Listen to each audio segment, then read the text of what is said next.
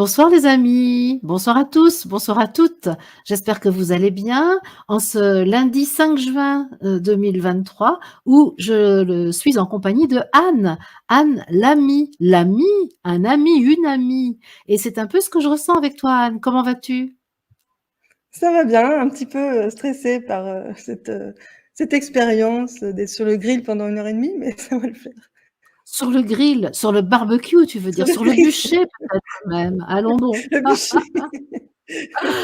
C'est ça, c'est le L'expression, elle bûcher. n'est pas choisie par hasard, hein. Ah exactement, exactement.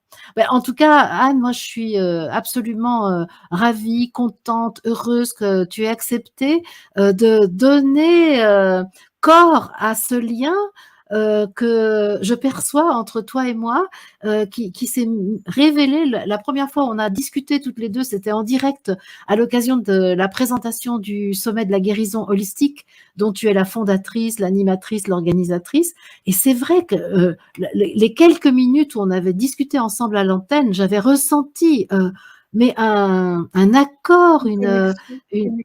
oui, une connexion formidable. Et il était hors de question qu'on en reste là. Donc, je t'ai proposé de faire une autre émission. Et tu as dit oui, malgré une grande crainte de parler en public. On en a parlé avant de commencer. Donc, on va faire avec, mais en même temps, peut-être la dépasser, cette peur. Mm. Bon, Ouais, c'est sûr. ok. Donc, Anne, toi, en fait, je commence cet entretien par une proposition que tu nous parles de toi. Qu'est-ce que tu fais aujourd'hui de ta vie? C'est quoi tes valeurs? C'est quoi ce qui donne sens à ton existence? On a un petit peu parlé du sommet de la guérison holistique, mais peut-être tu peux nous parler de toi d'une manière plus globale, plus générale. Ouais, ben, ce qui donne sens à mon existence, c'est de partager ce qui me passionne, en fait, le nouveau paradigme de santé, la guérison holistique et aussi de l'exercer en tant que thérapeute. C'est vraiment ces 2 aspects, «enseignement» entre guillemets, ça paraît peut-être un peu pompeux, mais diffusion, en fait, des informations, en lien avec le nouveau paradigme de santé et thérapie, en fait. C'est ça qui m'anime, ce qui me met en joie.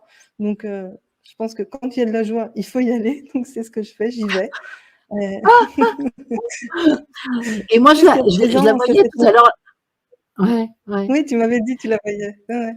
Ouais, je voyais la joie tout à l'heure, qui était, un peu, censurée peut-être par le psychisme et donc oui, c'est vrai que après j'ai oublié quelque chose, Anne, tu vois? Je vais faire du coq à l'âne, ça va pas te rassurer tout ça, c'est mais j'ai oublié de saluer tous ceux qui nous écoutent, quand même! Donc je salue tous les gens qui sont là ce soir, qui sont fidèles au rendez-vous et qui sont, friands de te connaître davantage. Merci d'être là les amis, merci infiniment. Et donc Anne, tu disais que tu parles du nouveau paradigme de santé. Donc, ta profession est liée à la question de la santé parce que tu exerces la profession de psychologue, je crois.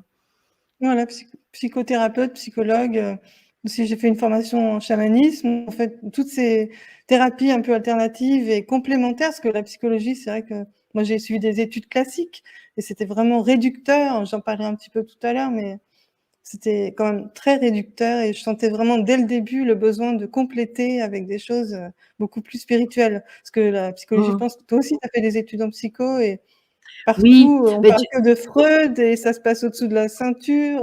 C'est quand même super réducteur. moi j'ai de la chance, tu vois, parce que j'ai fait un parcours totalement atypique. La seule année d'études de psycho que j'ai faite, c'est celle du master 2. Tout le reste, c'est de la validation des acquis de l'expérience, donc j'ai pas été formatée moi. Mais c'est vraiment Ah particulier. d'accord, mmh, J'ai j'ai fait l'école buissonnière. Mais donc d'accord, tu vois, c'est bien, c'est mieux. Ça évite d'être ça dépend. formaté. Voilà, c'est ça. Par contre, c'est moins formaté, oui. Mmh, Mais justement, est-ce que tu peux mmh. nous parler aussi des différentes étapes de ta biographie? Tu en avais parlé un petit peu la dernière fois quand on s'était, quand on s'était, entretenus, mais est-ce que tu peux nous redire un peu les éléments fondateurs de ta biographie?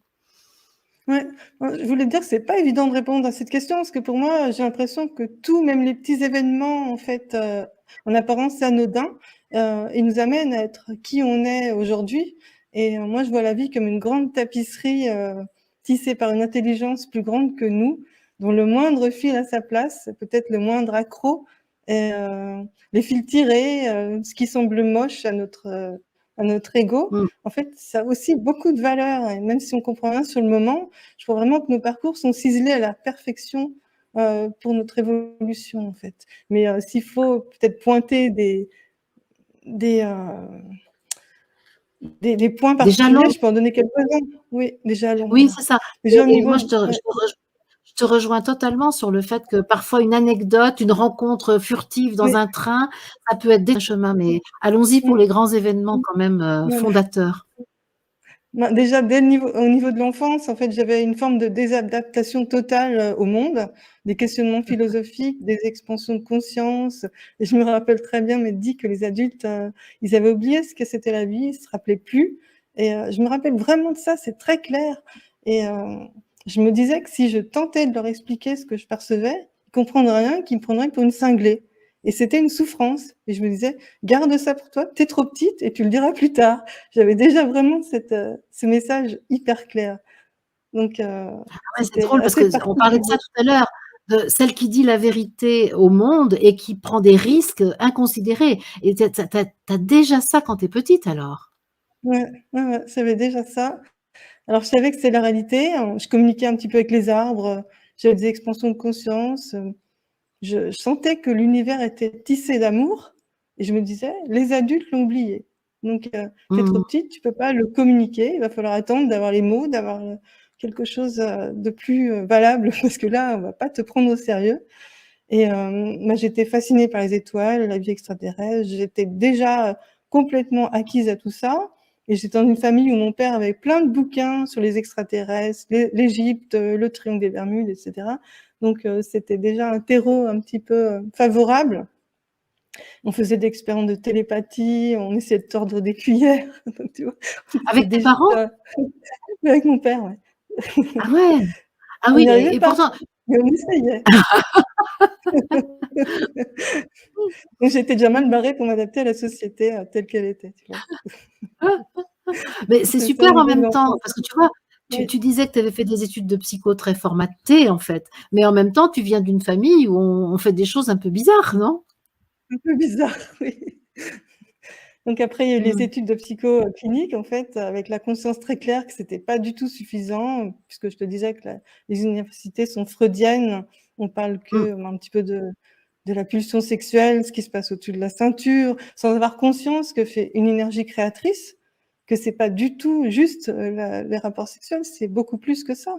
Même si, il y a Mmh. pas de mal à ça, mais Mais c'est c'est faut vrai que remonter chez au-dessus de Freud ça. ouais, chez Freud, l'énergie de vie, c'est la libido, hein, donc lui, il est Oui. assez assez réducteur, hein, dans tout ça. Ouais, c'est Mmh. ça, il est réducteur et il y a aucune université qui parle de Jung bizarrement.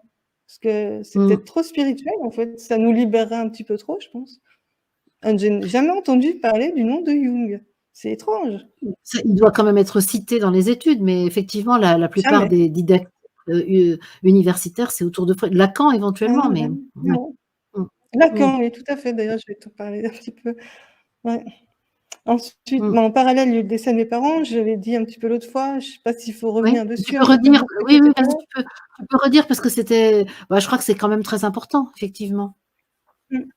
Donc mon père est décédé d'un cancer du larynx, il était médecin, il est décédé quand j'avais 17 ans et il a suivi un parcours extrêmement, formaté au niveau de la médecine. Il avait toute confiance, en la médecine et juste à la fin de sa vie, il est tombé amoureux d'une sophrologue qui était ouverte à tout ce qui était, spirituel. La vie a fait un tour dans son sac pour nous ouvrir, en fait et donc il s'est ouvert aux vies antérieures et il a commencé à se dire: «Oui, en fait, effectivement, je rêve de bûcher à longueur de temps, j'ai l'impression que j'étais un grand inquisiteur» et donc tout ça, ça a commencé à le marquer. Plus, par l'intermédiaire de cette femme, il a rencontré une astrologue qui est devenue une amie aussi et je vais te raconter la petite anecdote parce qu'en fait, cette femme-là, je l'ai perdue de vue et je l'ai recherchée sur les réseaux et figure-toi qu'elle suit ta chaîne et elle m'a vue l'autre fois et on a pu on s'est pas recontactés directement, mais par une autre amie, elles te suivent tous les 2, on s'est recontactés, en fait. Donc c'était C'est magique, ouais. génial! Ouais, ouais, Ah c'est ben merci génial. pour l'anecdote, je trouve ça magnifique. Ouais. Bon, on salue ces 2 Et là, personnes elle est qui, sûrement là et je la salue, ouais, je la remercie parce que c'est grâce à elle aussi que j'ai pu, oser, me libérer un petit peu. C'est grâce mais au alors cet homme bravo! Ah mmh, j'adore ces anecdotes moi. Ah ouais, merci, moi merci aussi. d'en parler. Ah ouais, super. Donc voilà pour ce qui est de mon père et ma mère, elle a suivi un parcours, diamétralement opposé puisque finalement, c'était, hyper spirituel avec une déconnexion du corps, un déni en fait des émotions, basse fréquence, on va dire, parce qu'elle avait de la colère, puisqu'elle avait été, elle avait subi un viol par un prêtre, un cousin qui était prêtre et donc elle s'est réfugiée dans une spiritualité un petit peu trop perchée et voilà. Donc les 2, c'était des parcours, qui étaient loin du juste milieu et je me suis dit: «Si j'ai ces 2 parcours, c'est pas un hasard, il faut que je réunisse tout ça et que j'explique, qu'il faut être plus dans un juste milieu». Voilà. Ils étaient séparés tes parents ou ils vivaient toujours Non, non, ils ensemble? étaient ensemble, tout à fait. Mmh. Ils vivaient Mmh. peut-être, forcément une grande connexion au niveau du cœur, mais ils étaient toujours ensemble, entre D'accord. Oui, guillemets, parce «sous que le donc même toit», ouais. lui, quand il a été amoureux d'une autre personne, Non, non, non, ils c'est étaient clair, toujours toujours ensemble, d'accord. mais ouais. Mmh. Quand même, ils étaient Mais i malgré ce que tu dis, on sent, on va dire des gens originaux, c'est-à-dire des gens quand même finalement assez proches de ce qu'ils étaient à l'intérieur, même si, c'était un peu rock and roll dans leur manière de faire, ça a l'air d'être des gens qui étaient quand même à l'écoute, hein. Qu'est-ce que tu en penses? ouais, c'est vrai, oui, oui, originaux, puis une grande intégrité tous les 2. C'est ça que je qui est pour moi, j'estime beaucoup ça, parce que mon père était un peu dans le milieu politique et c'est pas un milieu intègre du tout et Ah non. j'admire beaucoup le fait qu'il soit resté vraiment constamment intègre, quitte à presque Mmh. naïf, hein.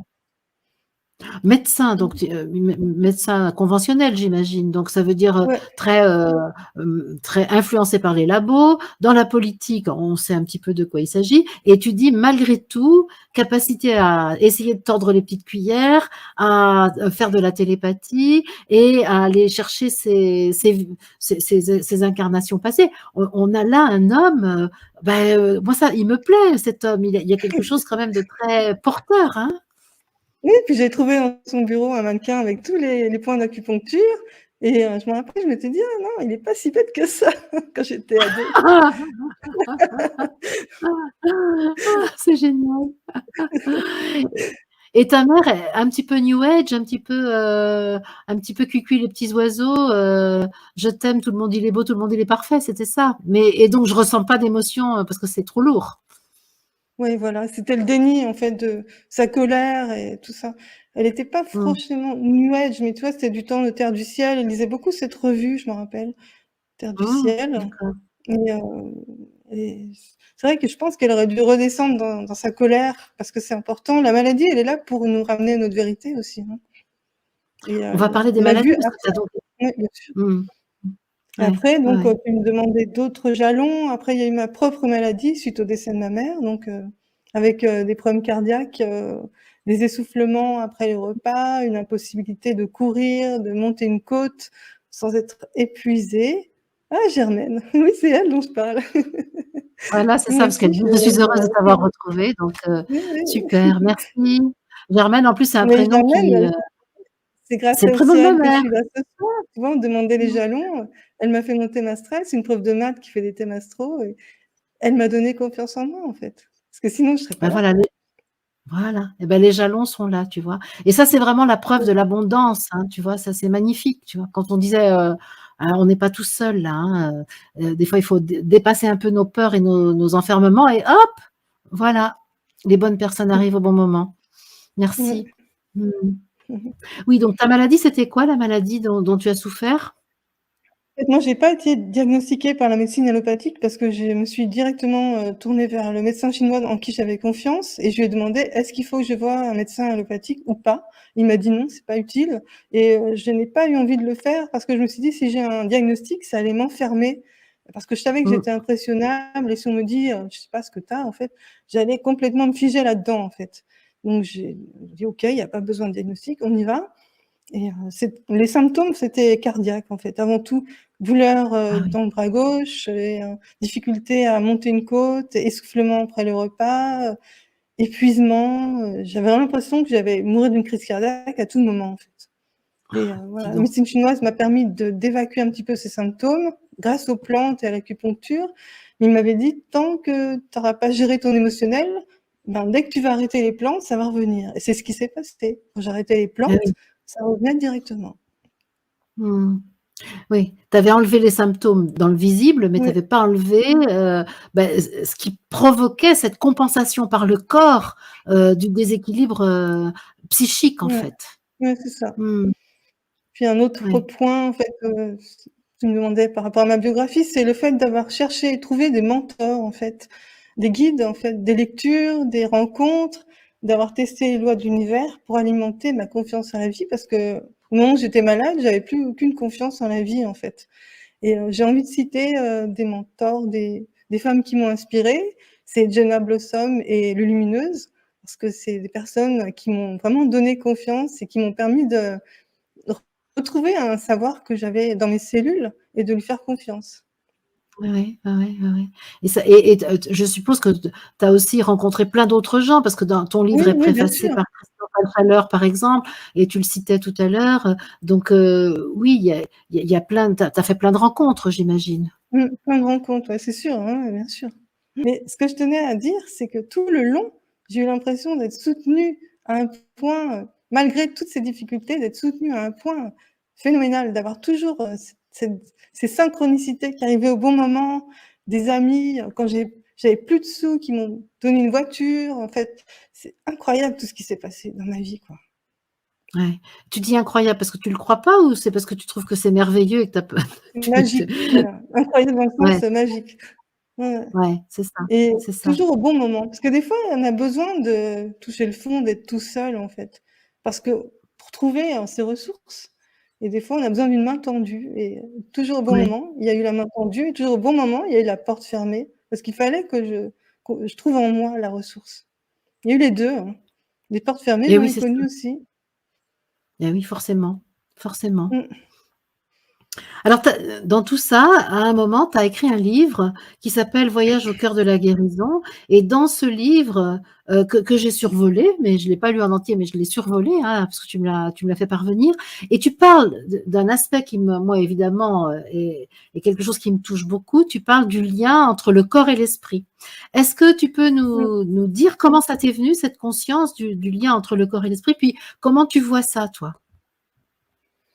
En fait, au départ, on peut dire ce que dit la science, en fait, si on tient compte des apports de la physique quantique, on comprend qu'il y a 3 niveaux de réalité, en fait. Au début, il y a le plus dense, du plus dense au plus subtil. Le premier niveau, ça va être le monde manifesté, la matière. Ensuite, le deuxième niveau, ça va être le monde de l'énergie et enfin le Mmh. troisième, qui est le niveau le plus fondamental, ça va être l'information.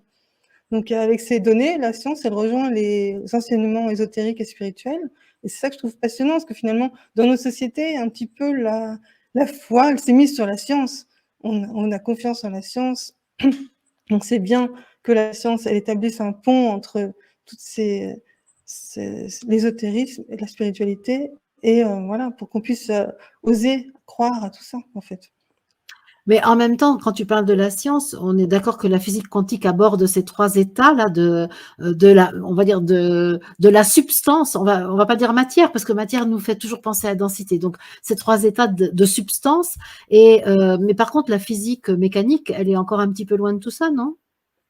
Ah bah, oui, voilà, mais elle, la physique quantique, elle va englober la physique, newtonienne et la dépasser. Donc je pense que la physique, newtonienne, elle est un petit peu dépassée à l'heure actuelle, donc il faut aller au-delà, en fait.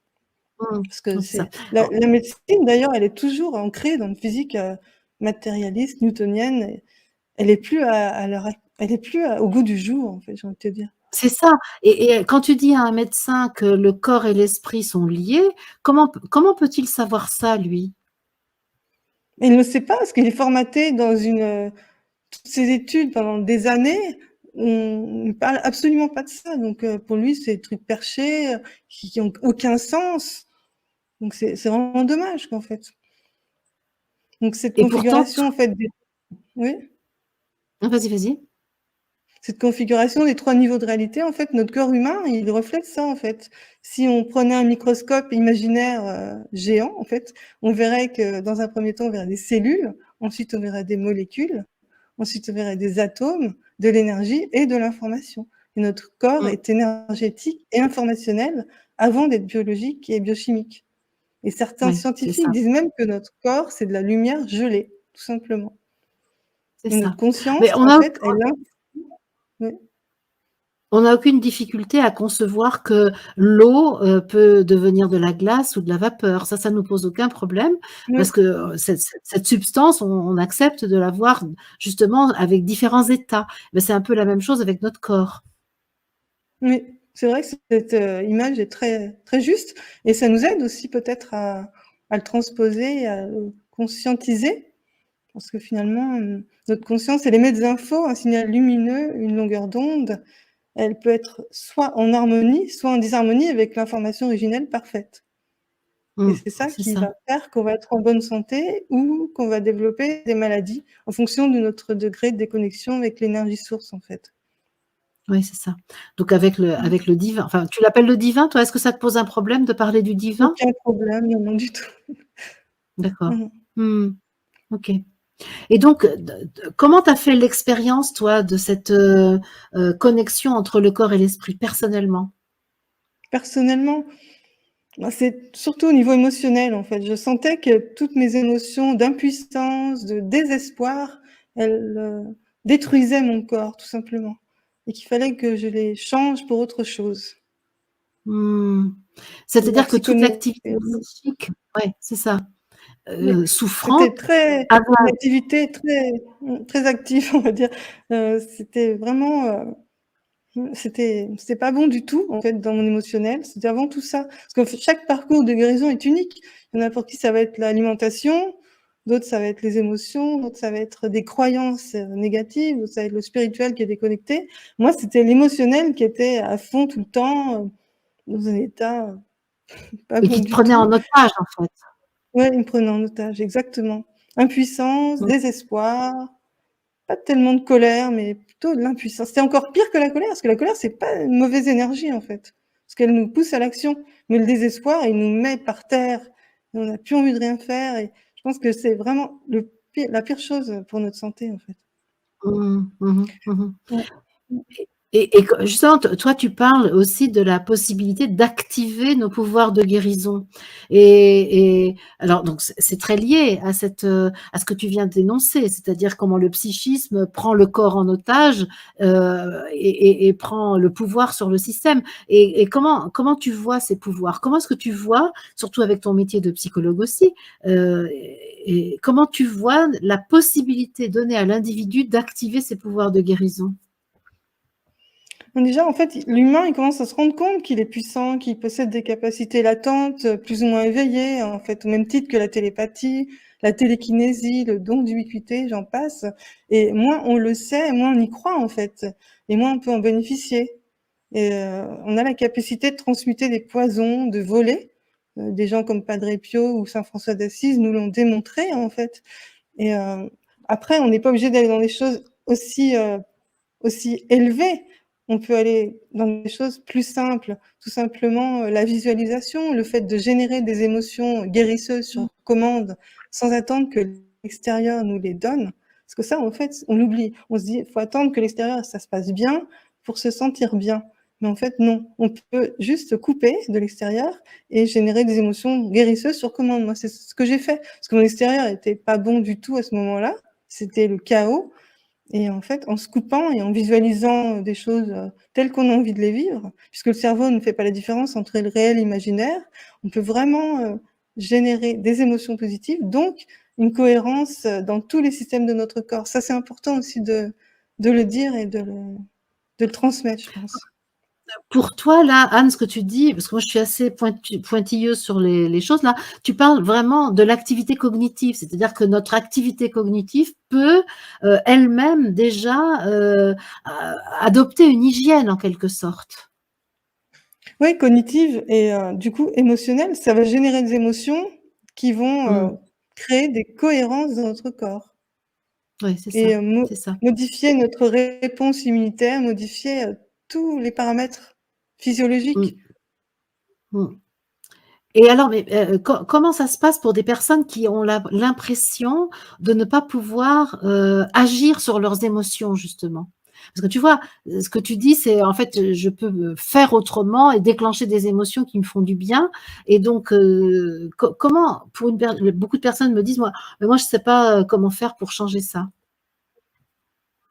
Alors on peut visualiser ce qu'on a envie de vivre, tout simplement.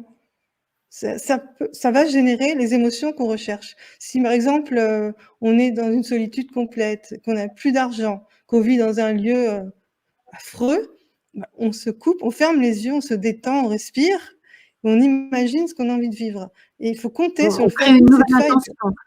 Mmh, oui, on cette crée faille une du nouvelle cerveau intention. qui va nouvelle Mmh. intention, une nouvelle réalité momentanée, énergétique, informationnelle, et notre cerveau, il n'est pas capable de faire la différence. Donc les émotions, elles vont suivre, et ces émotions-là, elles vont, agir positivement sur notre santé. Ça, c'est certain. Mmh, d'accord. Mais C'est un ça, pouvoir est-ce qu'on qu'il y a a. pas oui, c'est ça. Mais là, parce que bon, je vais pas t'embarrasser, mais pour moi, si tu Mmh. veux, il y a ça, c'est un premier pas qui est celui donc de la personnalité, mais au-delà de ça, il y a la puissance divine qu'on contient. Comment tu l'intègres? Parce que pour moi, ce qui va guérir véritablement, c'est le rétablissement, de l'activité de l'onde divine en nous-mêmes. Est-ce qu'il y a un complément avec cette, action menée par la personnalité ou est-ce que ça Oui. s'exclut? Pour moi, je le vois comme un palier, en fait. Parce que tu vois, moi, j'étais dans une sensation d'impuissance, de désespoir, donc j'étais complètement coupée de cette puissance divine dont tu parles. Et pour moi, le palier, ça a été de faire ce que je viens de te dire. Et après, ça nous ouvre à notre puissance. Et là, on peut accueillir des énergies beaucoup plus hautes et nouvelles. Et là, on passe sur OK. un autre palier encore suffisamment. Ah, c'est Donc, ça. c'est ça. D'accord, OK, OK, Mmh. Il faut OK. passer par Donc l'intermédiaire, je pense. d'accord. En tout cas, oui, comme tu dis, c'est en tout cas un chemin Ouais. possible. Tu peux Oui, devoir c'est ça. passer par le changement dans la manière de penser et c'est vrai que souvent notre Mmh. manière de penser, elle induit, de la souffrance, hein. Mmh. Mmh. La gratitude aussi, c'est aussi un des super pouvoirs de guérison, parce qu'on a toujours des choses positives, même, quand c'est extrêmement noir, on a toujours quelque chose, pour lequel on peut être reconnaissant, en fait. Ne serait-ce qu'une personne qui nous a dit un petit truc, une page de livre, un magazine trouvé chez le dentiste, il y a toujours quelque chose, et ça, c'est puissant. C'est Mmh. extrêmement puissant, la gratitude. En fait, c'est parce que cette gratitude, elle naît de notre capacité à voir le présent, le cadeau, que nous nous faisons, qui nous est fait, en fait, hein et là, Mmh, alors la gratitude peut arriver, oui. Mmh. mmh. Et dans nos super pouvoirs de guérison, on a aussi la possibilité de s'affranchir des limites du temps. Parce qu'on croit toujours qu'on est soumis au temps, aux probabilités, aux statistiques. Mais en fait, non. On est beaucoup plus puissant et on peut aller au-delà du temps, des probabilités, de la médecine, des statistiques. Et ça aussi, ça fait partie de notre pouvoir, en fait. L'intuition, Oui, c'est ça. donc sur le chemin de la Mmh. guérison, c'est aussi quelque chose de très puissant. L'humour, l'autodérision, c'est vraiment des choses qui vont nous aider sur le parcours. Ouais. Ouais, ouais. Ouais, ouais. Mmh. Mais donc ça demande, tout ce que tu dis là, ça demande de savoir être le maître de nos pensées, et donc de ne pas être l'esclave, du mental qui tourne en boucle et qui impose une façon de voir. On est bien d'accord? Ouais, au moins savoir pour un moment, descendre et arrêter ce singe fou qui passe de branche en branche et qui nous mène où il veut. À un moment, faut Tu le prendre connais le toi pouvoir ça? quand Tu même. le connais ce singe fou là? Tu l'as Oui, oui, je le expérimenté? connais bien. Oui. Et tu arrives à savoir lui dire stop? Oui, oui, j'arrive bien maintenant à savoir lui dire stop. C'est ouais, ouais. Non, il est pas dominant chez moi, par moment, mais globalement, je pense que j'ai des vies où j'ai su le calmer, et globalement, j'ai pas un mental très actif, en fait, j'ai plutôt la tête, calme, heureusement. D'accord. C'est plutôt le Ouais. système émotionnel toi qui Oui, c'est ça. t'embête? Ce qui pose Mmh. problème, c'est pas le singe fou, il est plutôt, Oui, pacifié. on a chaque ouais, on a chacun, nos faiblesses, nos névroses préférées, hein. Ouais, c'est ça. Et Est-ce que tu veux dire plus là sur les différents pouvoirs de guérison? Est-ce que tu les as cités comme tels que tu les reconnais? Ouais, je voudrais juste te dire que la maladie, en fait, c'est une zone d'ombre, une lumière qui ne s'est pas encore reconnue comme telle, en fait. Et Ouais, voilà, c'est tout. C'était l'information que je voulais passer. ok. Une zone d'ombre, une lumière qui ne s'est pas encore reconnue et que nous sommes Oui, c'est invités à reconnaître. oui, oui, oui. Mm.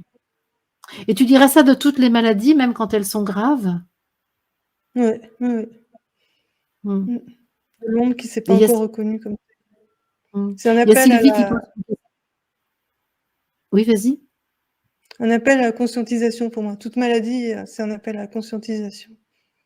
Ah, ça, c'est clair, et à devenir un peu plus responsable de sa vie. Et il y Mmh. a Sylvie qui dit: «Quand on est hypersensible, est-ce qu'on peut gérer ses émotions?» Il me semble que toi, tu es une grande hypersensible, donc tu vas pouvoir répondre à cette question. Oui, bah, au début, je les ai extrêmement mal gérées, en fait, pour être tout à fait honnête.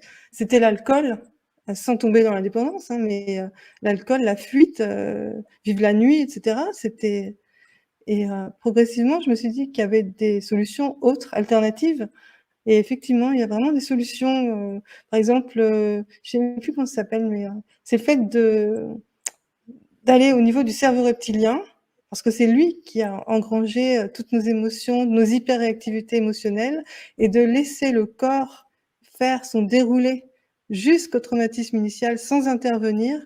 Il y a vraiment des solutions. On peut gérer ses émotions, mais il faut prendre une technique parce que quand on est hypersensible, on se laisse déborder, on n'y arrive pas tout seul, en fait. Il faut apprendre cette Et technique. et toi, tu t'es fait aider pour apprendre cette technique? Oui, ouais, ouais, je me suis fait aider, ouais et je suis pas encore au top parce que mon corps, je suis un petit peu déconnectée encore un petit peu, mais c'est vraiment une technique puissante qui nous permet de revenir à l'origine et le cerveau reptilien, il croit qu'il va mourir tout le temps, en fait. Et quand on lui montre qu'il y a pas de danger et qu'il va pas mourir, l'hyperactivité, elle cesse. Parce que souvent les hypersensibles, c'est parce qu'ils sont pleins de mémoire, et du coup, ils sont activés en permanence. Donc il Oui, faut c'est ça. arriver à stopper tout ça, quoi. La moindre situation stimule le système C'est émotionnel. ça. Mmh, c'est ça. Mmh. Ouais. Mmh. Mmh. Ben, bon, j'ai beaucoup parlé moi des émotions, dans les différentes émissions que j'ai faites, mais on pourra y revenir parce que je vois actuellement, enfin, une nouvelle manière d'aborder les choses dans les séminaires que j'anime, mais je suis pas là pour parler de moi, mais quand même, il y a une nouvelle manière de faire qui me semble intéressante et qui déjoue justement le psychisme ancien et qui, on peut dire, mobilise le maître que nous sommes, et ça me semble tout à fait possible, tout en allant regarder la partie de nous qui est émue. Donc c'est vraiment intéressant, je crois qu'on Oui, on puisse voir puis être ça. conscient que C'est ce cette que tu mmh, hypersensibilité, c'est quand même un trésor, en fait. C'est pas une tare, parce que moi, je l'ai souvent vu comme une tare et quelque chose dont il fallait se libérer, alors qu'en fait, je pense que c'est vraiment un trésor. bah, je crois qu'on peut dire que notre hypersensibilité, on peut maintenant l'utiliser à vivre cette corde sensible qui nous permet de voir si nous sommes alignés avec nous-mêmes. C'est-à-dire qu'avant, c'était Oui, le monde extérieur qui nous impactait, et maintenant, ça se transforme en cet outil qui nous permet de capter si c'est OK pour nous. C'est génial. mmh. Et puis on peut vivre des émotions vraiment très, très difficiles, c'est sûr, mais à la mesure de ces émotions difficiles, on va vivre des joies, des bonheurs, extrêmes aussi. Parce que finalement, l'un ne va pas Oui. sans l'autre, c'est les 2 pièces de la même médaille. Oui, dans la dualité, c'est comme ça, effectivement, tout Mmh. à fait, tout à fait. Mmh. Mmh. Et alors, par rapport à tous ces pouvoirs de guérison et par rapport à tout ce que tu viens de nous dire, comment tu vois l'articulation possible avec la médecine conventionnelle, et ces pouvoirs? Parce que est-ce que ça invalide? Est-ce que ça se combine, ça se complète? Comment tu vois ça? Tu soulèves un gros dossier là, Marie-Odile. Est-ce que tu as la Ben nuit? oui! On va essayer de synthétiser. Moi, j'ai toute la nuit, c'est bon. Ben, en écrivant mon livre, je me suis rendu compte que la médecine était tissée de postulats, en fait, j'entends par postulat une hypothèse, non démontrée, mais admise comme une vérité.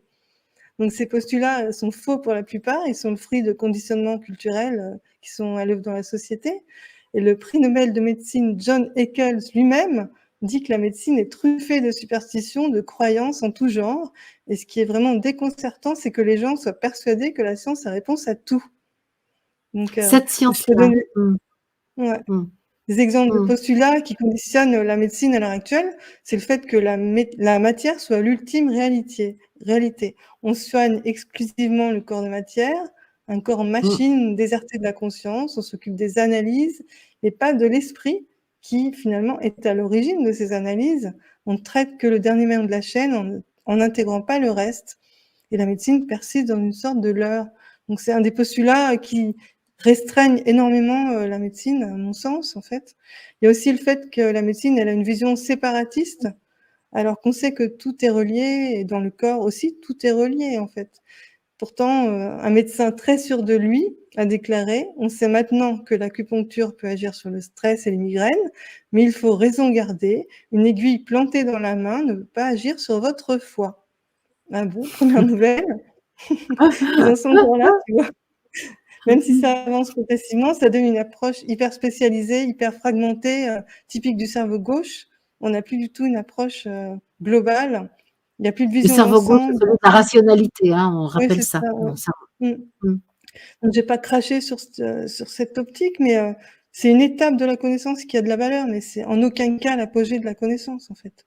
Parce que la médecine, elle croit qu'elle a tout compris, mais elle est loin du compte puisque finalement le corps, c'est un tout unifié et ça, elle l'a complètement Mais oublié. qu'est-ce qui s'est passé selon toi dans notre société pour que ces postulats justement et la médecine qui en a découlé soient devenus une telle, vérité, incontestable au point qu'un conseil de l'ordre est capable de sanctionner un médecin qui donne de l'homéopathie par exemple, hein, ou qui fait de l'acupuncture? Donc qu'est-ce qui s'est passé là? Je pense que c'est une déconnexion complète de notre vérité, notre spiritualité. Elle est encouragée aussi par, des instances supérieures qui ont un intérêt à tout ça, je pense, financier et manipulatoire. Je sais pas si ça se dit comme ça, Oui. manipuler, en fait.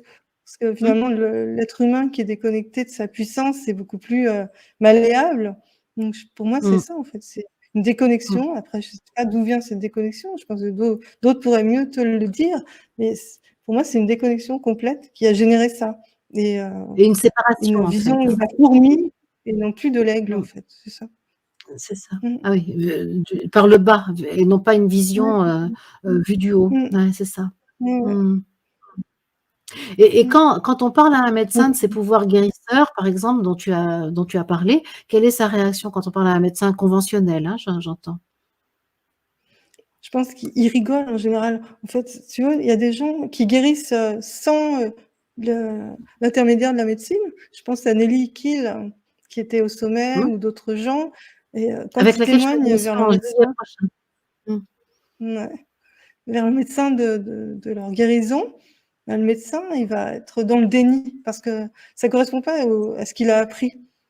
Et souvent, on va leur dire: «Il y a dû avoir une erreur» ou «Ouais, on n'a pas d'intérêt scientifique». Alors qu'en fait, c'est extrêmement intéressant puisqu'on Mmh. pourrait, comprendre des mécanismes, les mécanismes de guérison en étudiant ces cas-là. Ce serait vraiment, Mmh. extrêmement intéressant. Ça a été étudié, mais de manière, plutôt, minoritaire et un peu marginale parce que globalement, la Mmh. médecine considère que ça n'a pas d'intérêt. C'est une Ouais, marginalité, sans intérêt. ouais. Bon, mais toi, tu es fille d'un médecin qui essayait de tordre les petites cuillères, donc c'est tout à fait logique que tu essayes de combiner ces deux aspects, hein. Ouais, c'est Et ça. dis-moi, selon toi, qu'est-ce qui serait pertinent pour nous les humains, heu, pour arriver finalement à accepter ces fameux pouvoirs guérisseurs dont nous ignorons la puissance et l'efficacité? En fait, ce serait de nous ouvrir tout simplement à l'inconnu, je pense déjà dans un premier temps, parce qu'on a beaucoup de devenir étudiant de la vie, je pense que c'est ça le plus important. On a beaucoup de réticence à accepter la nouveauté, donc je pense que c'est ça, c'est de s'ouvrir, au nouveau, à l'inconnu et de se laisser déranger en fait, tout simplement. Avoir une attitude d'ignorant en fait, hein? L'ignorant, Oui, l'innocent qui découvre les choses, c'est ce que tu veux dire? c'est ça. Oui, oui, c'est ça, tout à fait. Mais, Ça rejoint un petit peu, réfléchir, c'est déranger ses pensées, en fait. Parce que si, souvent quand on vieillit, on se laisse un peu scléroser, on n'a plus envie de se déranger et en fait, c'est la valeur, elle vient justement en dérangeant nos pensées. En fait, par exemple, il y a aussi quelque chose, me semble-t-il, j'aimerais avoir ton opinion là-dessus, pour reconnaître nos pouvoirs guérisseurs, c'est aussi reconnaître que le premier expert de notre corps, c'est nous.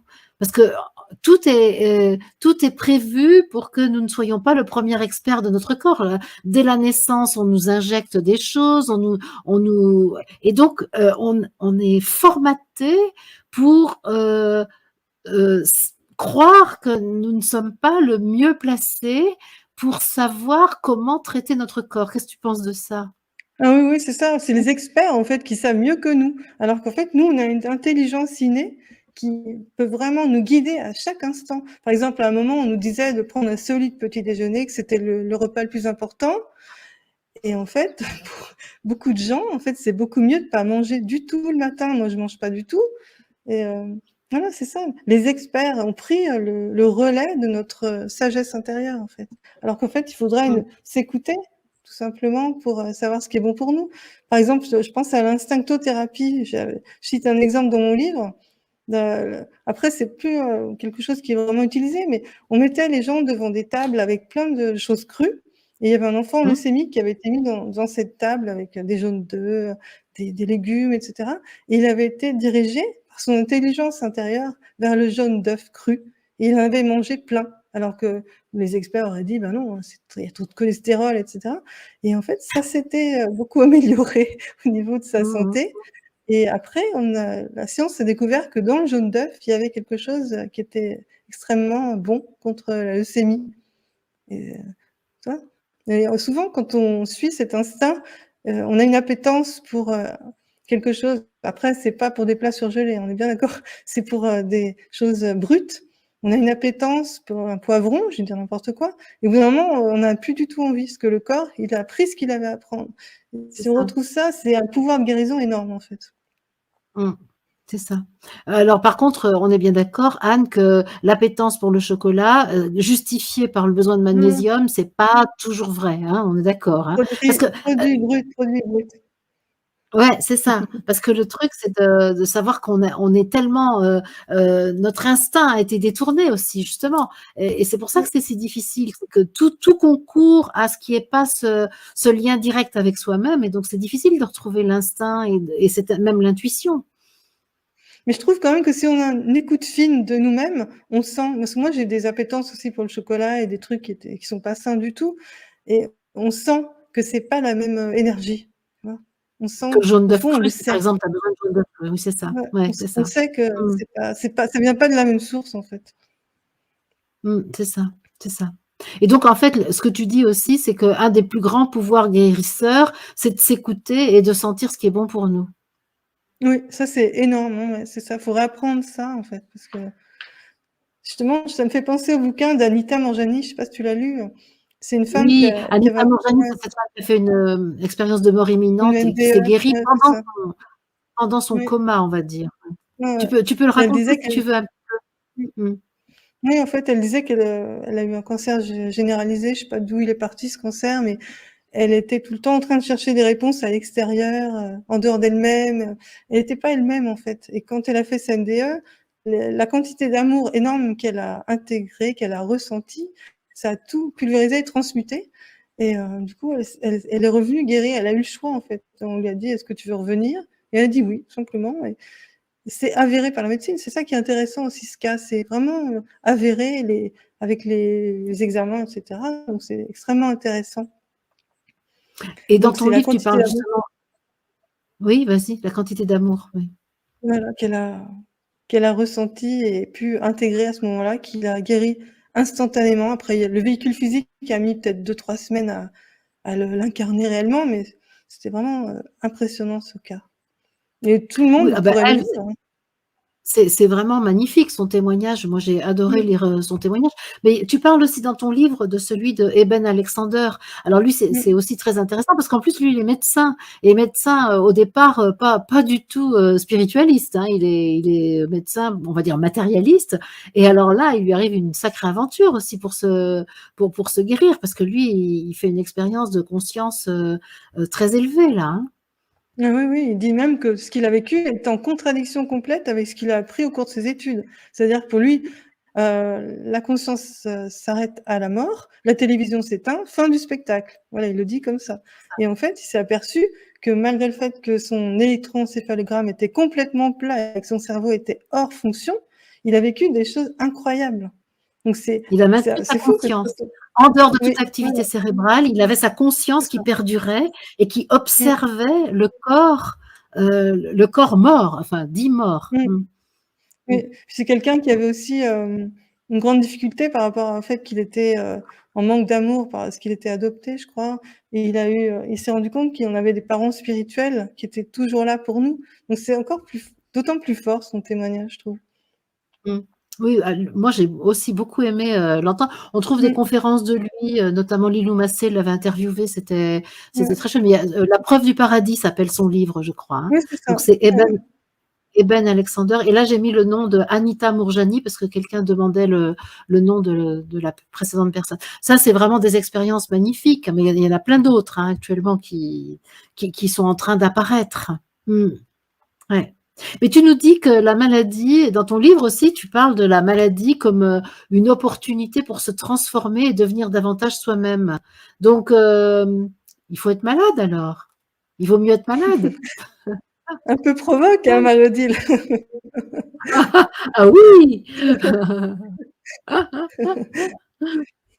Bah, l'ego, il peut effectivement décider de plus être malade. Entre ce qui est décidé et le chemin sur lequel il va s'engager, ben, s'il reste congruent avec cette décision, il risque d'être fortement bousculé. Parce qu'il faut qu'il soit bousculé, sinon il n'y a pas de guérison possible, en fait. Le chemin Mmh. de Mmh. guérison est exigeant, en fait. Il demande, un ingrédient indispensable qui est l'authenticité, en fait, le fait de déposer les masques. Parce que sans dans le mensonge qu'on se fasse soi-même, il n'y a pas de guérison possible, en fait. Il faut arrêter d'être, ce qu'on attend, ce que les autres attendent de nous et essayer de plaire. Parce qu'en faisant ça, on refuse notre lumière, en fait, tout simplement, et notre plus beau cadeau au monde et à nous-mêmes, c'est de rayonner qui nous sommes, tout simplement, en fait, je pense. Ouais. Et on est une pièce du puzzle, du grand tout, et si on essaye d'être, autre chose que ce qu'on est, on va se faire violence et à un moment ou à un autre, la maladie va nous le rappeler, quoi, tout simplement. Ce que tu nous dis là, Anne, c'est que pour toi, la maladie, c'est une sonnette d'alarme qui nous informe que nous portons un masque trop différent de notre vérité et que donc on a intérêt à se remettre d'aplomb. C'est ce que Oui, tu veux dire? souvent. Peut-être pas toujours, parce que des fois, ça peut être plus sur le plan physique, mais souvent, c'est vraiment, une distorsion entre, notre être profond et notre personnage, et la maladie, elle est Mmh. là pour nous le signaler, en fait. Donc il faut remettre peut-être un «sain égoïsme» entre guillemets, sur le devant de la scène et oser être qui l'on est, oser honorer nos besoins pour pouvoir guérir. Parce que souvent, les personnes qui ont des cancers, l'entourage se dit: «Mais c'était un saint, très gentil, pourquoi Mmh. lui?» Mmh. Et en Mmh. fait, c'était une gentillesse de façade, en fait, pour plaire. Donc moi, j'adore la gentillesse, c'est une qualité en or, mais il faut qu'elle vienne du cœur, il faut pas qu'elle soit là juste pour plaire, tu vois?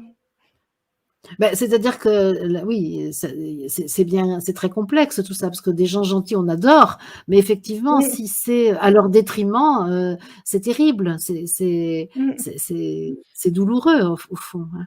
ouais, Mmh. c'est ça. Et quand tu dis il y a des maladies qui sont plus physiques, tu parles de quoi, par exemple? Par exemple, des gens qui ont mangé beaucoup de choses toxiques et leur corps, il est intoxiqué, donc à mon avis, dans ce cas-là, il y a des gens qui sont dans leur mission de vie et qui sont intoxiqués et qui mangent n'importe quoi et qui vont tomber malades. Donc je veux dire, c'est pas constant, mais c'est souvent que c'est lié Oui. à une distorsion entre notre être profond et notre personnalité. Mmh. Mais la pathologie alors, c'est la relation un peu, conflictuelle avec l'alimentation ou avec ce qu'on ingère, Ouais, parce que c'est oui, c'est là où est ça. la pathologie, la conséquence, mmh, Mmh. Ou la ça la peut être c'est des la émotions qui sont refoulées, qui sont pas exprimées, qui sont stocké dans le corps aussi, ça peut être ça. Alors finalement, on est, dans notre mission, dans notre alignement, mais par des émotions, refoulées, on tombe malade aussi. je chope au passage la question de Ève qui dit: «Et la vieillesse, est-ce que c'est une zone d'ombre qui nous pousse à vieillir par croyance? Une Ah oui, forme de oui, moi je suis maladie?» persuadée. Mmh. Oui, oui, je pense qu'il faut arriver à s'affranchir en fait de cet impact de l'âge biologique, parce que vraiment, l'âge cellulaire et l'âge biologique, c'est 2 choses différentes. Donc je pense Tu qu'il y a peux beaucoup nous de en croyances dire plus là-dessus. là? Ah oui, je peux vous en dire plus.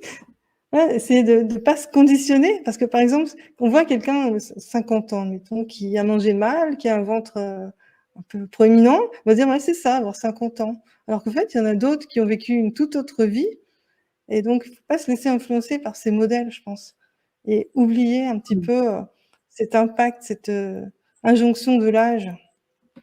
Mmh. Il y a des C'est gens ça, c'est de vraiment 60 ans qui sont plus jeunes que des gens de 30 ans. Il faut rester, mmh, ouvert à l'inattendu aussi, c'est ça la ce qui nous reste, ce qui nous garde jeunes. mmh, mmh. Et alors dans les choses que autour de la santé, tu parles aussi de l'amour. Tu dis dans ton Mmh. livre, des choses autour de l'amour et moi, tu sais, j'ai un petit souci avec ce mot parce que je sais pas toujours de quoi il est question. Est-ce que toi, tu peux nous dire ce que tu mets dans ce mot amour? Et parce que tu parles de par exemple, Eben Alexander, tu parlais aussi de ça dans sa biographie et donc est-ce que tu peux, nous dire après la place que ça occupe dans l'existence humaine? C'est vrai que c'est un mot vaste, en fait, on met beaucoup de choses, dedans, d'illusions aussi, hein. En fait, l'amour pour moi, c'est la substance fondamentale de l'univers, c'est la norme divine, l'information parfaite qui contient toutes les solutions et toutes les guérisons. Et personnellement, je crois qu'on peut mettre toutes les formes d'amour dedans. Que ce soit l'amour amoureux, l'amour de ses enfants, l'amour pour les animaux, la nature ou toute forme de vie, l'amitié, l'amour pour ce que l'on fait ou ce que l'on crée, le sentiment aussi d'unité des expériences mystiques. Donc ça fait un grand fourre-tout et tous, ce sont des reflets plus ou moins fidèles ou déformés de l'amour universel, originel et Mmh, inconditionnel. Après, selon notre degré de conscience et d'ouverture de cœur, ces reflets, ils vont être plus ou moins dénaturés par l'ego, ça c'est sûr, mais ce sont quand même des reflets de cet amour qui est notre véritable nature. Voilà, c'est ma mmh, conception, en fait. mmh. Je sais Donc pas ce que tu en penses? c'est pas seulement de l'affection, c'est pas seulement, c'est bien plus vaste que ça. Mais, Oui, comment on le mobilise? Tu vois, par exemple, quelqu'un qui a eu une enfance un peu difficile, comment est-ce qu'il parce que tu vois, il y a Boris Cyrulnik qui parle tout le temps de la résilience et il dit que c'est, possible dès qu'une personne a une quantité d'amour suffisante, elle est capable d'être résiliente, sinon, bah, elle est en difficulté pour la résilience. C'est quoi ton point de vue là-dessus? alors sur quoi exactement? Sur justement quelqu'un qui n'a pas eu beaucoup d'amour dans son enfance. Attends, je me suis trompée, c'est ça que je voulais faire. Voilà. Quelqu'un qui n'a pas eu beaucoup d'amour dans son enfance, est-ce que comment il va faire avec cet ingrédient-là? Tu vois, Oui, je quelqu'un qui pense a que été maltraité, qui n'a pas eu de signe de oui, tout à fait. reconnaissance, qui n'a Mmh. pas eu de douceur, de tendresse. Oui, c'est sûr, il part avec handicap au niveau de la résilience, ça c'est certain. Après, il faut qu'il devienne un enfant de l'univers, en fait. Moi, c'est ce que j'ai ressenti. Tant qu'on reste un enfant de nos parents biologiques, on est handicapé parce qu'on porte toutes ces traumas, ce manque d'amour. Et devenant un enfant de l'univers, là, on s'ouvre à quelque chose de beaucoup plus grand. Et en développant notre spiritualité et des croyances beaucoup plus saines, là, on va pouvoir. Moi, c'est ça qui m'a aidé par rapport à ma propre résilience. C'est pas que j'ai pas eu beaucoup d'amour, mais je comprends les gens qui en ont eu peu et en développant, tout ça, on peut, avoir une force de résilience beaucoup plus, importante. Ouais et là, en fait, tu proposes dans ce cas-là, de passer de l'amour-affection à un amour beaucoup plus divin, beaucoup plus inconditionnel et qui fait que, tu t'affranchis de tes conditions d'enfance Oui, pour être, moi, ce que c'est ça. j'appelle un Melchisédek, c'est-à-dire tu deviens l'être spirituel que tu es. C'est ça. Ça change tout parce qu'on passe sur un autre niveau là, hein et du coup, C'est on ça. a un amour de la vie qui est beaucoup plus important parce que quand la vie a du sens, la résilience, elle vient naturellement. Tant qu'elle a plus de sens, il y a pas de résilience, il y a aucune raison de guérir en fait. Si la Mmh, vie n'a mmh, pas de mmh. sens et s'il y a pas d'amour, pourquoi on guérirait? Il y a aucune raison. Mmh mh. Mmh. Oui, je vois que Johan, dit joker vis-à-vis de ce cher Boris. Oui, oui, j'ai le même joker, j'ai le même j'ai le même, recul vis-à-vis de ça, mais c'était sa théorie. C'est pour ça que je le citais, parce qu'il fait quand même un petit peu référence, Boris Cyrulnik là-dessus, hein. Mmh. Enfant de l'univers. Sylvia aime bien cette idée de l'enfant de l'univers. Merci, merci de vos contributions. Mmh. Mais d'ailleurs, Et Boris Michael, Cyrulnik, il disait: «Tout homme blessé est contraint à la métamorphose». J'aime bien cette phrase. mmh, Et et finalement, oui, c'est ça. forcément. Mmh, Mmh, ouais, mmh. absolument. Mmh. OK. Et donc, on n'a pas parlé de miracle encore, parce que ça, dans les guérisons, quand tu parles des super pouvoirs de guérison, est-ce que toi, tu as une idée de ce que sont les miracles et comment ça marche? Eh ben, écoute, quand j'étais petite, je me rappelle, je me posais beaucoup de questions. On parlait de Lourdes et cetera et Ouais, je me prenais la exactement. tête là-dessus. Ouais, je me disais: «Mais si Dieu est amour, pourquoi il y en a qui repartent sans leur canne et d'autres qui repartent dans leur brancard?» Je comprenais pas, en fait et on me disait: «Les voies du Seigneur sont impénétrables» et ça me suffisait Ouais. pas comme réponse. Contente-toi de ça. Mais non, j'ai pas envie de me contenter de ça. Alors on va pas se contenter de ça, on va aller essayer de creuser un petit peu plus, en fait. Donc ce qu'on peut dire en premier lieu, c'est que même si les miracles défient les lois de la biologie, des probabilités et cetera, de la causalité, si on pense à saint Augustin, les miracles ne sont pas contre nature, en fait. Ils sont juste en contradiction avec l'idée qu'on se fait de la nature. Donc ça, c'est important aussi de en prendre conscience, en fait. C'est pas des anomalies ou des hasards, en fait. C'est des résultats. Et Mmh. il y a eu des études, il y en a peu, des études scientifiques, sur les miracles, mais il y en a eu quand même. Et en fait, ce qu'il en ressort, c'est, que toutes les personnes qui ont été miraculées, c'est pas au niveau des actes, c'est pas ce qu'elles ont fait. Il y en a certaines qui ont mangé du raisin, il y en a qui ont avalé des doses massives de vitamine C, il y en a qui ont prié, il y en a qui ont fait la fête jusqu'à l'aube. Il n'y a pas un point commun au niveau de ce qu'ils ont fait, en fait. Mais le point Mmh. commun, il se situe, dans leur conscience, en fait. Et Mmh. c'était une transformation avant le miracle, une transformation profonde avec un lâcher-prise. C'est ces 2 éléments, transformation et lâcher-prise, qui étaient à l'origine des miracles. En fait, Transformation c'était de quoi? Tu peux dire? Transformation oui, de quoi? De la de la conscience de conscience soi? simplement. Oui, de la conscience avec, l'idée, que ta volonté soit faite, mais non la mienne, tout simplement. Ouais. Et lâcher-prise complet et confiance, instant présent. C'est vraiment ces notions-là qui étaient, récurrentes. Mmh. C'est intéressant que tu cites saint Augustin et que tu dises qu'il a rappelé que c'était pas contre nature, parce qu'on pourrait dire que quand on a une vision spirituelle unifiée, et je parle bien d'une vision spirituelle unifiée, c'est-à-dire avec le divin à l'intérieur du corps, et tu le dis toi-même, le corps et l'esprit sont proches, sont un, et bien à ce moment-là, c'est même totalement naturel. Ce qui est complètement fou, c'est qu'on pourrait se dire que le miracle devrait être notre, et d'ailleurs il est notre quotidien, les synchronicités, les rencontres, les rencontres, tout ça c'est du miracle en réalité, mais on ne le Oui. traite pas en tant que Mmh. tel. Et donc c'est complètement fou de pouvoir envisager que ça pourrait être contre nature, c'est dingue ça. Mmh. Mais en fait, nos croyances limitantes, elles restreignent notre capacité, à générer le miracle, tout simplement. Parce qu'il est là tout le Ouais. temps, en fait. Il pourrait être là tout le temps. Mm. Et tu dis donc transformation, donc de la conscience, de la vision de soi et du monde, et tu parles aussi du lâcher prise. C'est quoi ton point de vue sur le lâcher prise? C'est comment lâcher prise pour toi? C'est ne plus avoir d'attente, en fait. C'est plus l'ego qui est aux commandes. C'est comme je t'ai Mmh. dit, ta volonté, mais non la mienne, en fait.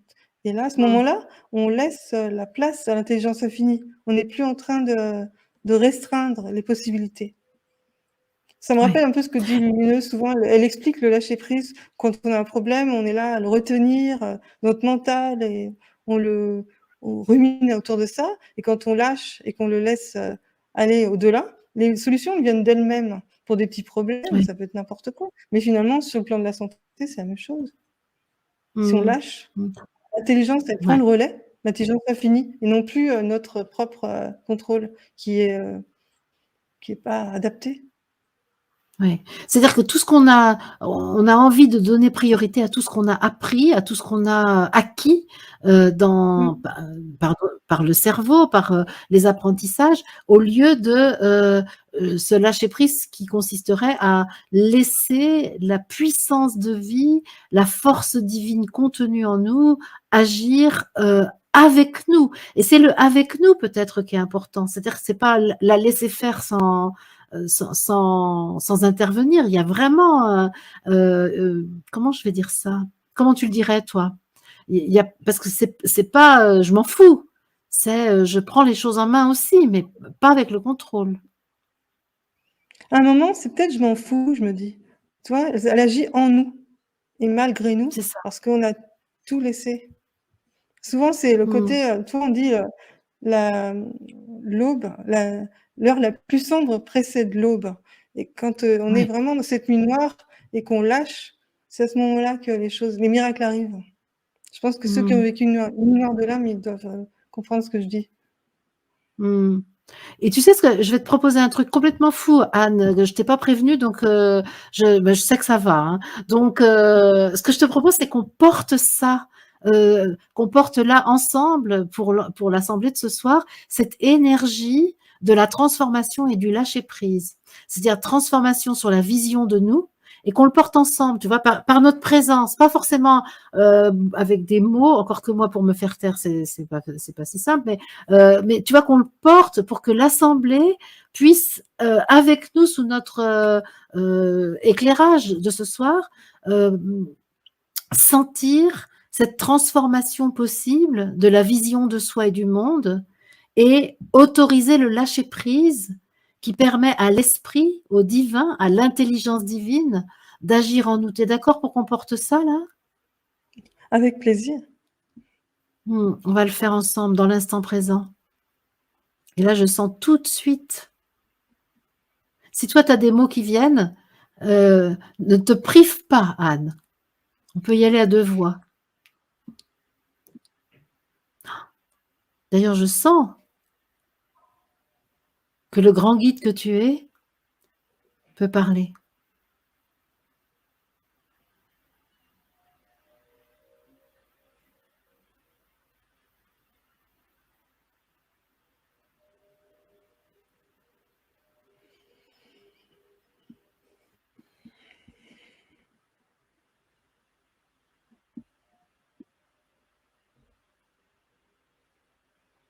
Ce qui peut se transformer, c'est la croyance que tu es un être humain, amas de cellules, coupé de la puissance de vie, de la source, de l'amour infini. Cela peut se transformer. Et tu peux expérimenter dans ton corps en cet instant que tu n'es pas matière dépourvue d'esprit, mais que la matière de ton corps est esprit, dans une forme densifiée. La substance subtile, principe créateur, est présente ici, dans ton corps.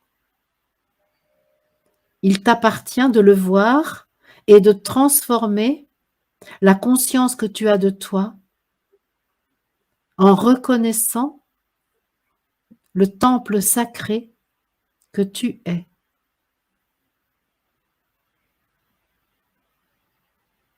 Tu peux alors autoriser l'intelligence de ton corps à remettre de l'ordre en ta demeure lorsque cela est nécessaire. Tu peux alors avoir l'humilité de laisser momentanément de côté tout ce que tu as appris dans les sciences étudiées dans les universités et être l'être ingénu, innocent, ignorant, qui s'en remet à son essence,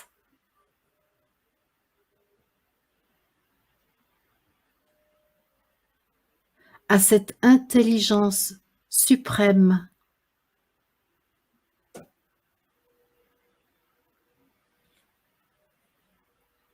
qui permet que l'ordre parfait soit établi ici et maintenant.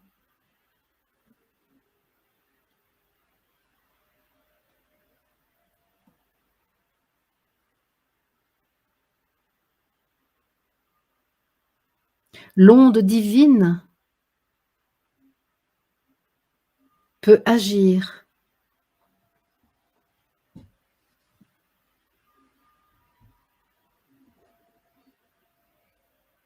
L'amour absolu, force de cohésion, peut guérir.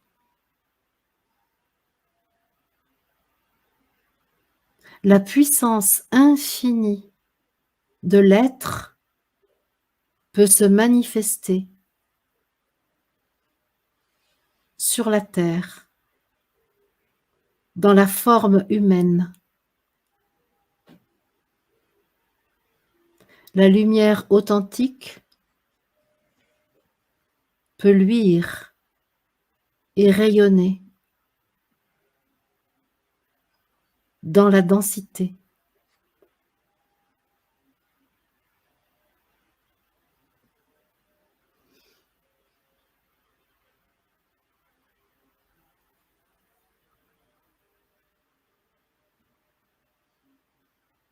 Tu veux ajouter quelque chose, Anne? Oui, j'ai Si envie de tu parler osais. d'acceptation. L'acceptation, c'est important. L'acceptation de ce qui est, parce que tant qu'il y a le refus, et la transformation n'est pas possible. C'est juste ça que je voulais ajouter. Et qu'est-ce qu'il faut accepter? Qu'y a-t-il à accepter? Ce qui est, dans toute sa difficulté, et souvent on confond l'acceptation et la résignation. Comme on Voilà, confond c'est ce que la j'allais dire. responsabilité et la culpabilité, c'est vraiment Mmh. des confusions qui sont vraiment dommageables pour l'être humain. Ouais. L'acceptation, ça n'a rien à voir avec la résignation. C'est juste accepter le résultat de ce qui est maintenant et se mettre en chemin pour le transformer, si on a envie de le transformer. Et est-ce que toi, tu as la sensation que ce que nous vivons, nous le co-créons en permanence et que donc moi, ça m'aide à l'accepter justement, de me souvenir que j'en suis co-auteur. Oui, Quel est ton point de vue sur cette question? oui, mais je suis 100 % d'accord. C'est sûr faut prendre notre responsabilité à 100 encore une fois, sur, nos créations, qu'elles soient conscientes ou inconscientes. Parce que souvent la maladie, c'est une création inconsciente. Personne s'est dit, «Ah, j'ai envie de me prendre une spondylarthrite et de me retrouver en fauteuil» ou je ne sais pas. Mmh. Personne n'a envie de ça. Mais c'est une création Ouais, inconsciente qui est là pour nous mettre en lumière, en fait, ce qu'on n'a pas voulu voir, ce qu'on a occulté et c'est un message d'amour, au fond, même si c'est difficile, hein, et c'est c'est important de ça. s'en rappeler. Mmh. Un enseignant sur le chemin et une fois qu'il a délivré son message, il peut s'en aller et tant qu'il l'aura pas délivré, il va rester là, à vous C'est accrocher à vos basques. Ouais. mmh, ouais. C'est pas notre Dans le ego livre qui va décider, quand, cet enseignant va s'en aller. C'est pas l'ego, en fait. Tu sais, tu parlais de Jacques Lacan tout à l'heure, le psychanalyste, et il a dit: «La oui, guérison vient de surcroît» et ça vient de ce que ça veut dire. La guérison, c'est juste, le résultat de la transformation. C'est pas la guérison elle-même qui a cherché, c'est la transformation et la guérison, elle viendra d'elle-même. tu t'es intéressée aux travaux de Jacques Lacan? C'est beaucoup autour de la parole aussi, hein, autour de Mmh. donc Ouais, assez peu en du fait, parce verbe. que j'aimais pas trop son énergie, mais cette phrase-là, elle m'avait bien plu. Mmh mh. Bah oui, c'est ça, c'est toujours pareil justement, j'allais te demander par rapport aux auteurs qui t'ont marqué, parce que j'ai vu dans ton livre, tu fais plein de références, des citations, mais comment tu as procédé? Je suis admirative, hein, mais tu as lu je vois que tu as plein de bouquins derrière toi là, donc tu es une grande lectrice, c'est important pour toi, Oui, de oui, j'aime lire, beaucoup d'aller lire, chercher? ouais. Mmh. J'ai pas lu, 100 des livres qui sont que je cite, mais 85 on va dire. Oui, oui, c'était pas une difficulté pour moi, c'était un plaisir en fait. J'adore apprendre, j'adore lire, donc ouais, c'était pas difficile. Et aujourd'hui, par exemple, c'est quoi tes lectures d'aujourd'hui? Parce que j'imagine que ça ne s'est pas arrêté, ton désir d'apprendre? Oui, moi j'aime bien des auteurs comme Christiane Singer, j'aime bien les Esther et Jerry Hicks, j'aime bien, Dialogue avec l'ange, des choses comme ça qui me nourrissent en fait. Mais justement, puisque tu parles de ça, tu as une voix spirituelle particulière? Parce que tu as parlé beaucoup évidemment de reprendre sa nature divine, mais comment tu le pratiques ça? Comment tu le vis toi au quotidien, cette, dimension spirituelle? Quelle forme tu lui donnes?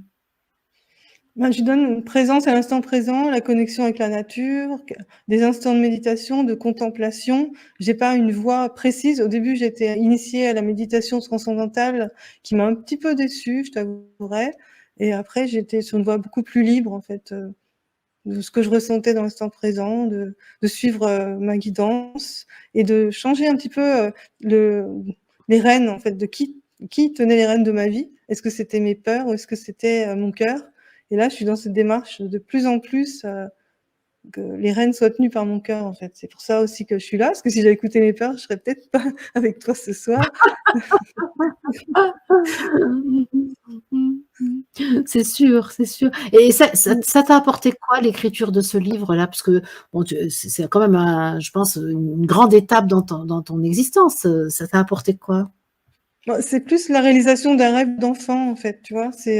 J'avais vraiment depuis toujours envie d'écrire, d'être publiée, en fait, et aussi guérir des mémoires d'écrivain. Donc, je t'ai parlé un petit peu avant l'interview où j'avais trempé ma plume dans le vitriol et où j'épinglais des fonctionnements avec violence et je les dénonçais Mais sans ça, amour ni respect.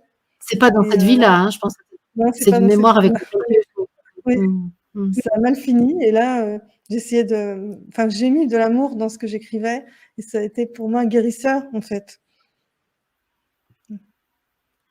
Tu veux dire le fait de proposer, un livre où, on va vers l'amour de soi et on respecte les autres aussi?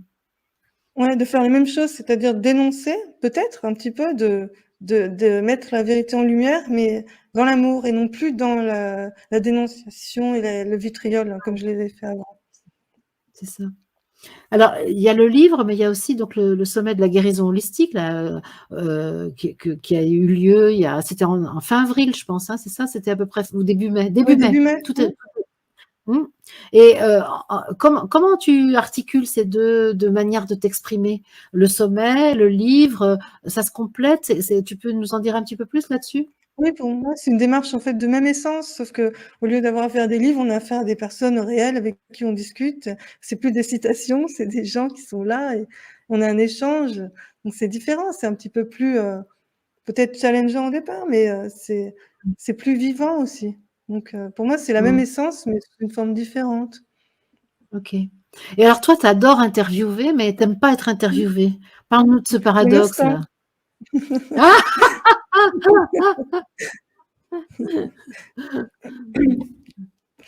Ben voilà, c'est un peu nouveau, donc c'est difficile pour moi cet exercice n'est pas naturel, hein, c'est vrai.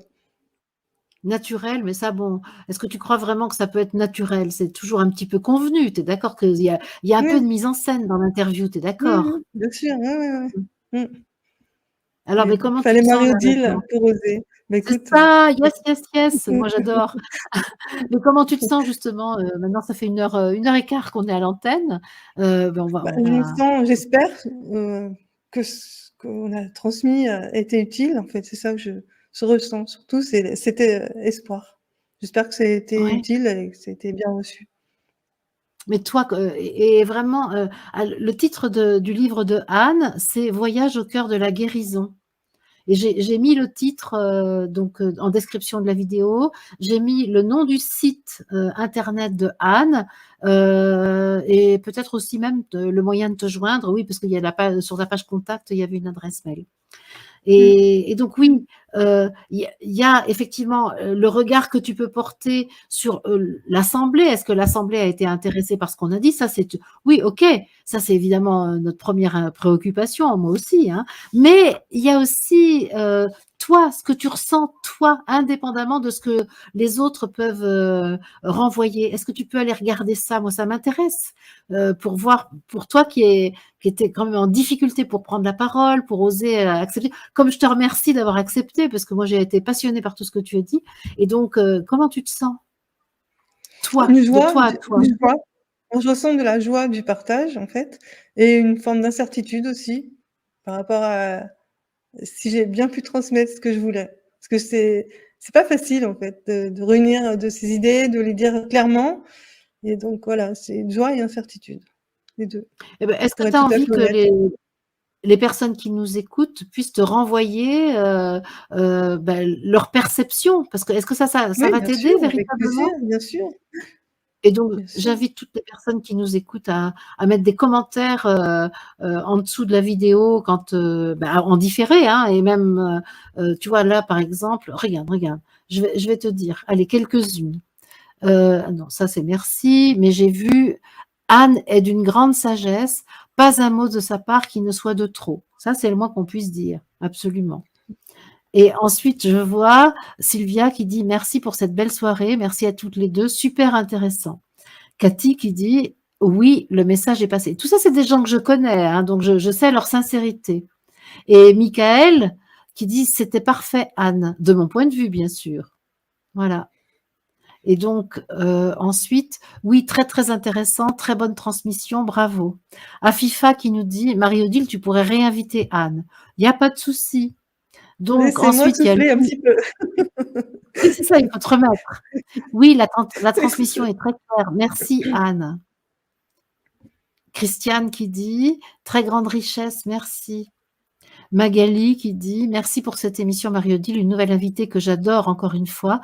La question-réponse était très intéressant. Gratitude à Marie-Odile et à Anne. Ouais.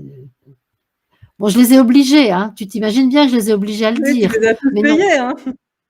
tous payés, absolument. Tu es très claire, Anne. Fais-toi confiance, j'ai adoré.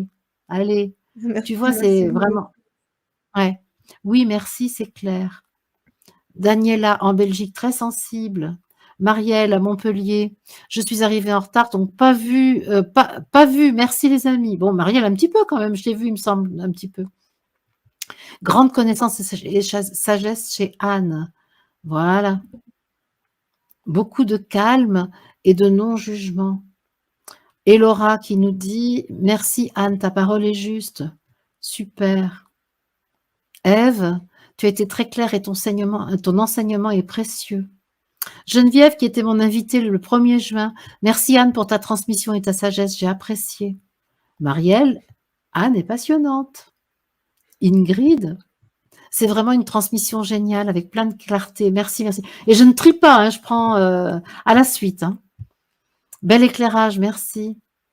Michel, merci Anne pour ta parole claire, sensible et si vivante. Voilà, et je peux continuer comme ça. Voilà, regarde encore. C'est drôle car on a la sensation que tu ne suis pas la norme. Ah ben voilà, c'est ça qui est génial. Mmh. Sylvie, j'apprécie cette simplicité, cette générosité. Claire qui nous dit très clair le discours, ni trop ni trop peu. Voilà. Échange très intéressant. J'ai aimé quand elle a parlé d'agir avec ses peurs ou avec son cœur. Voilà. Ton signe astrologique, Anne, c'est quoi? Ça, c'est Afifa. Balance, ascendant Bélier. Ah, la pauvre, le bélier qui pousse derrière, là. Oui, c'est ça. Mmh. Ah. Mmh. Merci beaucoup à tous pour cette soirée très riche et inspirante. Namasté. Et Fred, pour avoir vécu des étapes similaires, le processus intérieur est parfaitement décrit avec la simplicité et l'humilité auxquelles ces situations nous obligent. Ben voilà. Bon, alors comment ça va après Merci, avoir lu merci. ces commentaires? Ça fait chaud au cœur. Merci, merci beaucoup. Ça fait chaud au cœur. Voilà, Franck qui dit merci Anne de ta simplicité, du côté synthétique et de la profondeur de tes propos.